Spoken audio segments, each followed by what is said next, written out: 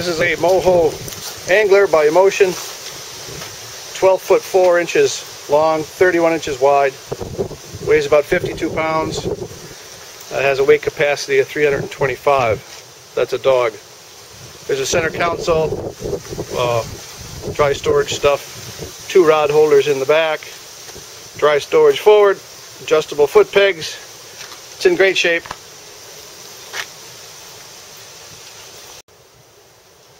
This is an Motion Grand Slam angler, 14.5 feet long, 30 inches wide, weighs 69 pounds. It has a weight capacity of 450 pounds. Dry storage up front. You got a above the deck rod holder that goes here. Dry storage center cup holders. 2 rod holders in the back. The square tackle box storage and then storage behind that.